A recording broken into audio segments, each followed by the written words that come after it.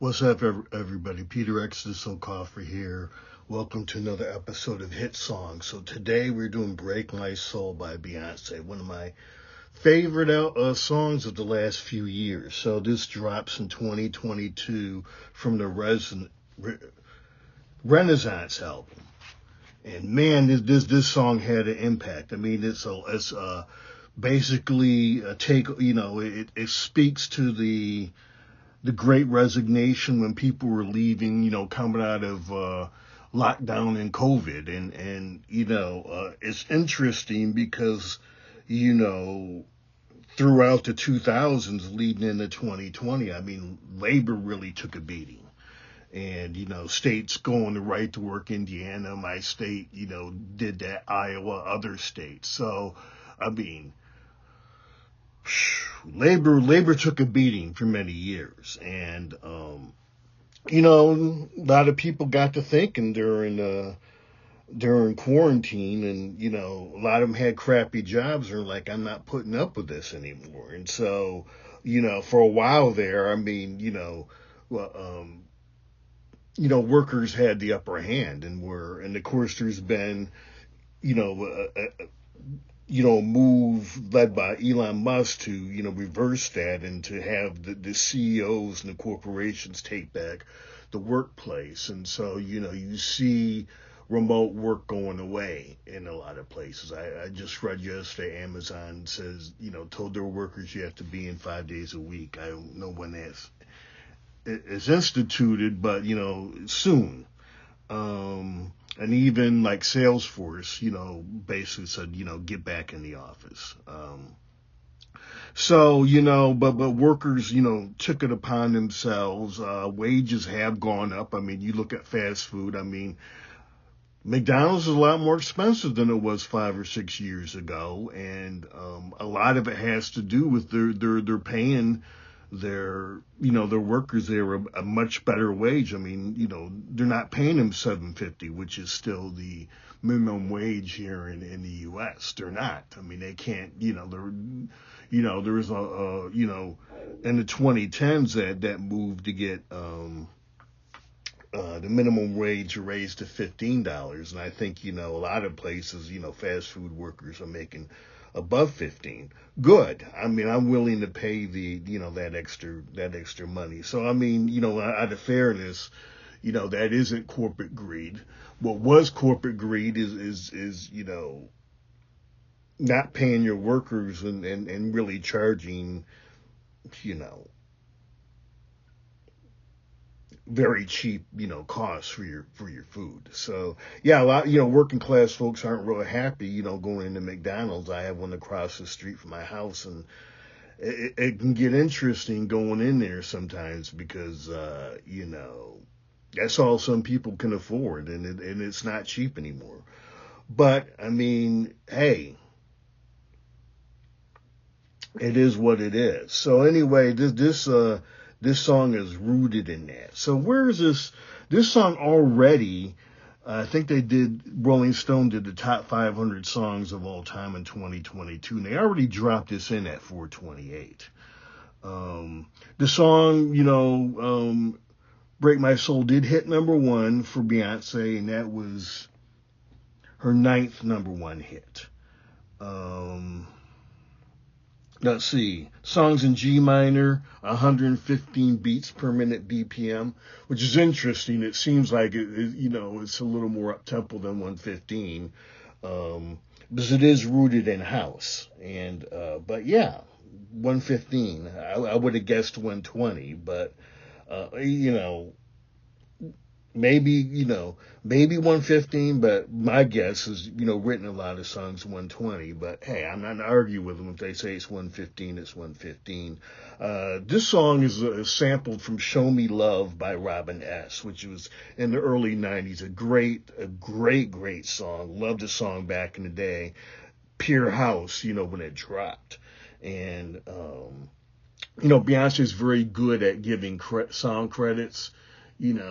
I think her Renaissance, she had something like a ridiculous amount of people getting sound credits, like 70, 100, 120, something like that. And Curiously, Ye's very good at giving, song credits as well. It's one of the problems why, before he had the whole controversy with his anti-Semitic comments, he was thinking about selling his catalog, and it got bogged down because, so many people had song credits, and he had to go to them and figure all that out. So yeah, Beyonce might have that problem as well, but I mean, Beyonce ain't broke either. Last I checked, she's worth $500 million. But going back to "Show Me Love," great song, love it. Um, this has a really special, just as disco came out of the Hispanic, Black, LGBTQ plus community, so did house, and so this song was embraced by that community again, and Beyonce sort of, I love what she does in some of her remixes, but she did. So her and Madonna got together and did "Break My Soul," the Queen's remix. And what they did in this is I don't even know who did this. There's a bunch of people get credit on this song. I see one person called The Dream on, in the song credits, but they weave "Break My Soul" and "Vogue" by Madonna together, and it's amazing what they do. And I am squarely in the camp of great DJs are musicians, even though, I mean, a good remix is, you have to, even if you don't understand music theory, you're still telling the story in the bigger narrative with a mix, or a club mix or a radio mix. I mean, I'm thinking of some of the great DJs out of, um, out of the house era, particularly Chicago from the '90s, Big Bad Bill and the like. Those folks, even though they're not writing music, even though they're taking other people's music and they're interpreting it, but in their interpretation, they're weaving something new, and they're having an experience with the people in the club and on the dance floor, and the people listening. So, even though it's not a live performance, but it is a live performance, because every time they DJ, they're going to do things a little differently. So they are, I mean, and great ones like Big Bad Bill and some of these other ones. To me, they're it's kind of like taking songs like notes. They're jazz folks, and I say that because the way Beyonce, Madonna, and their teams weave "Break My Soul" and "Vogue" together is it's almost sorcery. It's just amazing what they do. So love that. And in here, this is where Beyonce plays tribute to the LGBTQ. She talks about the ballroom houses. Now, if you watched Pose back 6-7 years ago on FX, you know how important the houses were, not just in the dance hall or in the ballroom stuff, but in mentoring and the mental health of many young folks, kicked out of the, and ostracized from families back in the 80s and 90s. And it's not as common, but it's still going on. So you would have a house where, an older member of the LGBTQ plus community would take in younger members and look after them and mentor them. And so she pays, Beyonce, pays tribute to some of the major houses in history in the song, which is wonderful. One hard fact. So as of right now, "Break My Soul" has 457 million streams on Spotify. So, hey,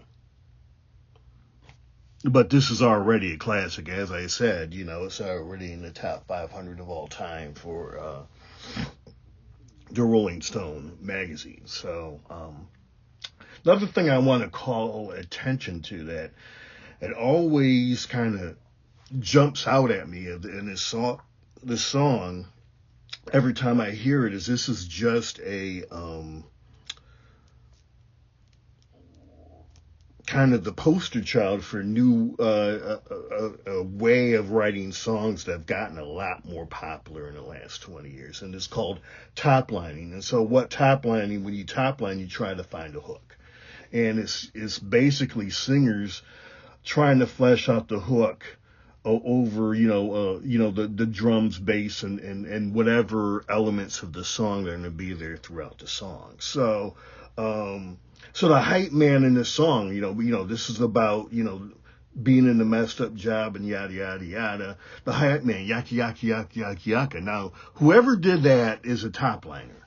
And sometimes they'll when Rihanna or Beyonce or some of these big folks get together, they'll get a hotel and get some top liners and maybe 20, 25 best in the world and give them, the baseline tracks, no top line over it. Sometimes, the main vocalist will come back and oh, I like that, and then do it themselves. But in this case, the hype man is so good. Beyonce is just kind of like, yeah, I love it. We're gonna keep it the way it is because I can't do it that good.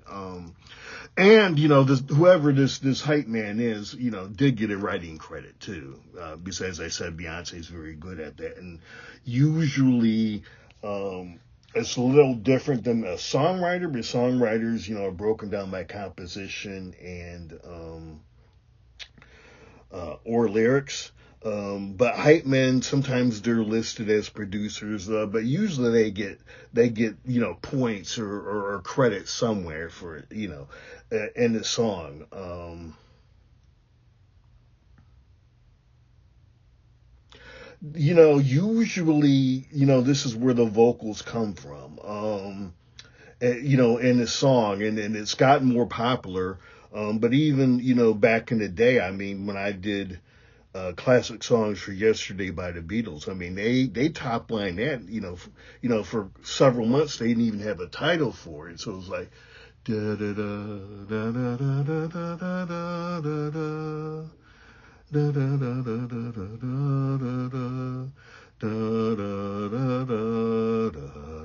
da, da. So that's a top line, and a lot of songs start off that way. I know Rick Beato was doing an episode on Comfortably Numb by Pink Floyd, and so he plays it, and I can't remember whether it's Roger Waters or David Gilmour actually sings Comfortably Numb, but in this version, that's they're top lining it, and so it's been going on for years. It's a lot more popular now because it's a way to find a hook. Now usually top lining is vocally based, but go back and listen to my episode there, how doo-wop led into pop songwriting. There are times when the top line is converted to an instrument, because it's such a good hook. But it's usually, so it's usually lyrically based, but it doesn't have to be. One of the premier top liners right now is Esther Dean. Esterdean, and she's actually a musician herself. A lot of top liners don't, have any music theory, but the one thing is that Esther Dean is really a good singer. But Esther Dean is on her own right. She's done her own music. For whatever reason, she hasn't been able to. It's kind of weird that she's, one of the best top liners in the business, has made a lot of money top lining. They all the big ones call her when they're doing a new album, and she's done a lot of top lining for Rihanna. And sometimes the top liners also on state top line will do lyrics off of their top line. So they can get lyricist credit, or, if, they do that. But, Esther Dean, she can sing her behind off. She's a very good singer. She's actually, she's out of, born and raised, or grew up. I don't know where she was born and raised, but she definitely grew up in Oklahoma, and she was discovered at the Gap Band concert. So you have to be a pretty decent singer, I think, to be a top liner maybe, and you just have to have an intuitive feel of what kind of goes with that, the groove that you're working off of. So if you're interested in kind of what top lining is and what it sounds like, go on YouTube and SIA Diamonds. She has her very first recording of Diamonds, and basically she's kind of humming stuff, and then she has the chorus down, and then she's humming stuff again. So top lining really became popular from the folks out of Sweden. Max Martin and that whole group of, really dominated the pop charts in the last 20 years. So that's where it came out of. They kind of scientifically, figured out what vowels and sounds and everything. I don't know if they used computers. They probably had a computer program and whatnot. So, and in this extreme, top lining might be one of the reasons why the quality of lyrics in the last 20 years aren't what they were back in the day. But clearly on this song, the quality of the lyrics are amazing, because,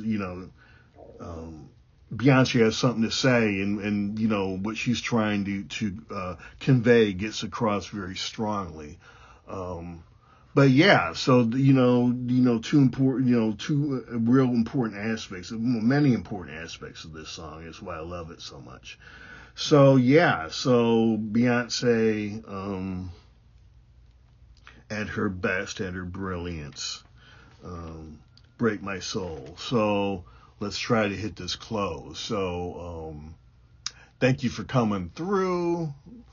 Hit the like button, subscribe to the channel. I got 5 albums of my own. I record under the name XODUS. My first album is called Book 1. So my albums are attached here to my page on YouTube, and I'm on all the streaming services. I also have 2 science fiction fantasy novels and a novella on Amazon. Leave some comments as well. And again, thank you for coming through, and I will see you next episode.